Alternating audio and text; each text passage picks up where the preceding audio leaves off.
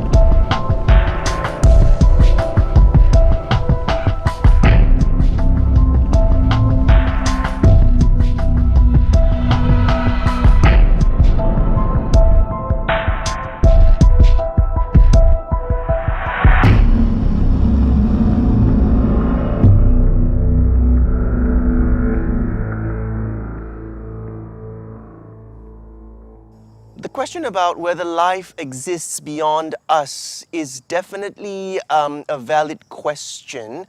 A lot of religions have studied it. A lot of science has tried to debunk it. Personally speaking, as a member of the Singapore Paranormal Investigators, I think that there might be some truth to the idea about there is life beyond us.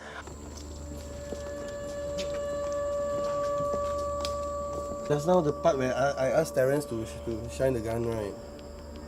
No, you were not yet. So I think that's where I took the picture. So, yeah, something like that. Okay. You go back and go through the negatives. In scientific terms, I think probably we still have a lot of research to do. But in my personal point of view, there may be such life after death. According to one's own belief system, whatever faith you have, I think they're bound to be another kind of dimension. Able to communicate with us.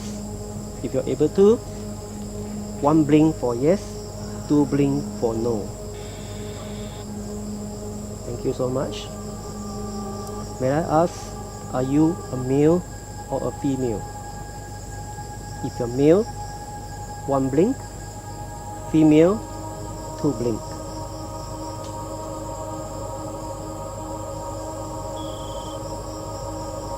What is the sound? Are you a male? 1 for male. So you are a female. Can I confirm that you are a female? If you are female, can you blink once?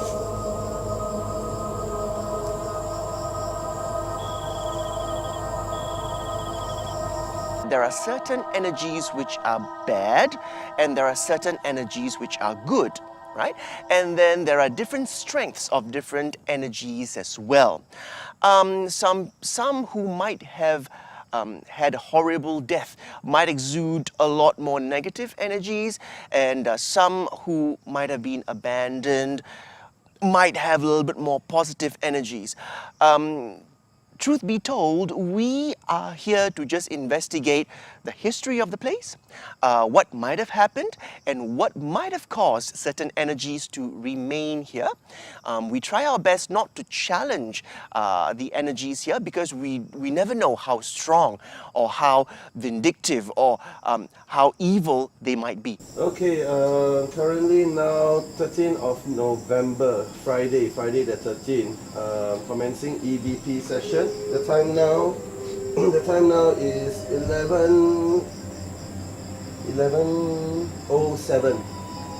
Location Pasir Ris Suicide Tower.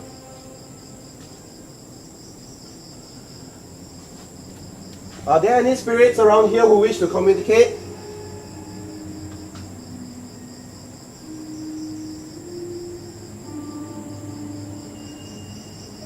We mean you no harm.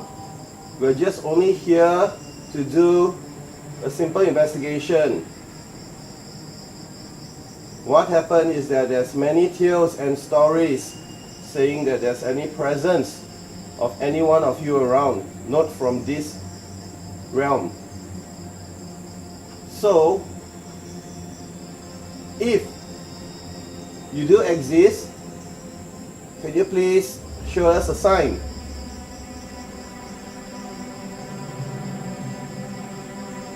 In my hand here, I'm actually holding a recorder which allows you to communicate with us.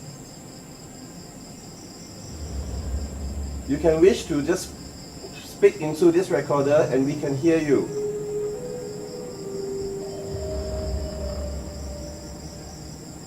Is there anyone here? Anyone not from this realm?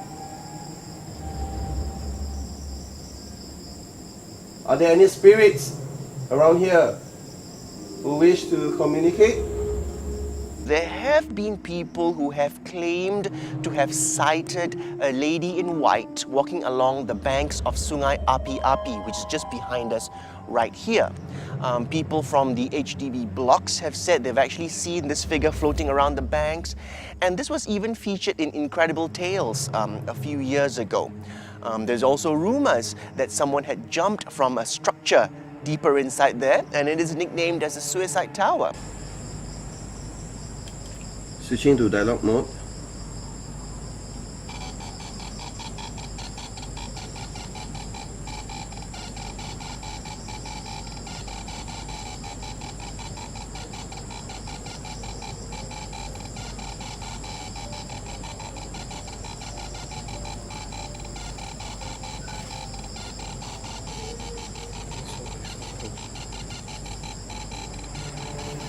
So are you a male or a female?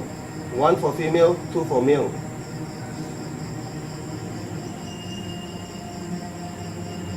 You're a female. People say that they have actually sightings seeing you around. Is that you? 1 for yes, 2 for no. 2 for no. So it's not you that people see. Do you like people? Normally people come around here. Do you like people to make noise here?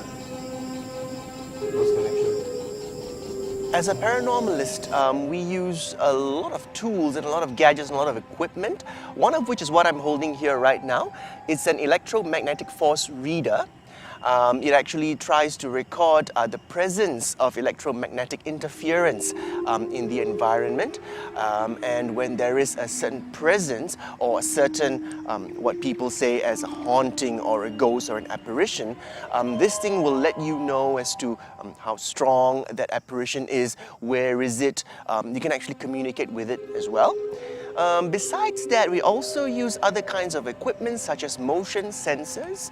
We also use sound recording equipment to record voices that may actually not be heard by the human ear.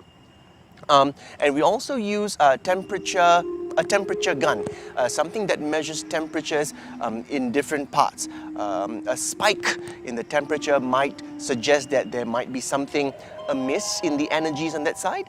A dip in temperature might also suggest something like that as well. This is part of a jetty here. People came here to fishing. This river itself, I think we have two rivers. One is the river we call the Sungai Api-Api. Okay. So what happened is that this river itself, it was heard that people were fishing during low tide. They went down the place, and eventually, suddenly the tide, the water tide, get high. After get high, they've been swept away by the water. So and also people who have also fell into the river and been drowned at the river. So since then, a lot of stories when people say, oh yeah, during the night people will see certain things like somebody fell down the water and been washed away, kind of thing, and it will keep on repeating this story, you know, and certain people will see certain apparitions or certain things, so they will inform us and say, oh, there's there's certain things we can see down here or ask us to investigate. For people who have the third eye, from my experience with a lot of people, they would have been ostracized since young. They would have seen something and then their parents or their cousins or their siblings would say, oh, don't be ridiculous, there's nothing there. But they insist that there is something over there. And so they felt this sense of alienation between themselves and other humans, while at the same time they felt themselves to be a little bit different from other humans because they can see things that others can't. What I would like to advise them is to actually try to read up more on energies, read up more on psychic telekinesis, psychokinesis, and to get in touch with this sensitive side of theirs so that they can understand themselves better.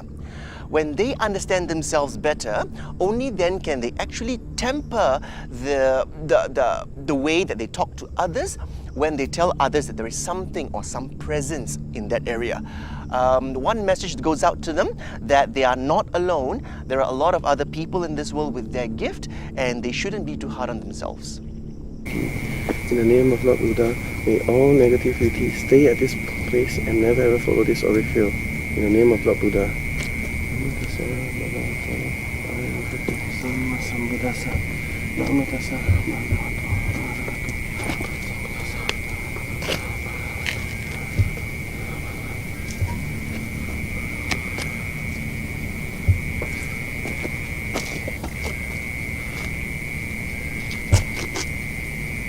Om Namo Buddhaya Namo Bhata. Om Namo Buddhaya Namo Bhata.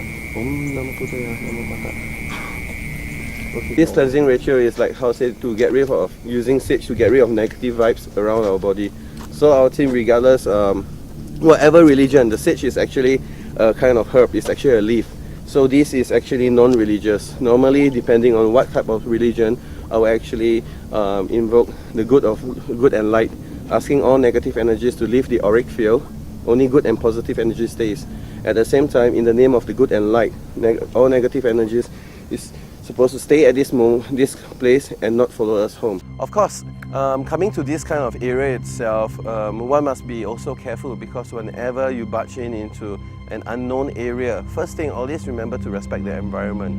Second thing, whenever you go into an environment which you suspect that there's actually high activities of negative energies, maybe before leaving the place, do a self-cleansing for yourself, because there are also superstitions. Of course, we follow folklore and superstition in Southeast Asia, saying that some attachments might be attached to you.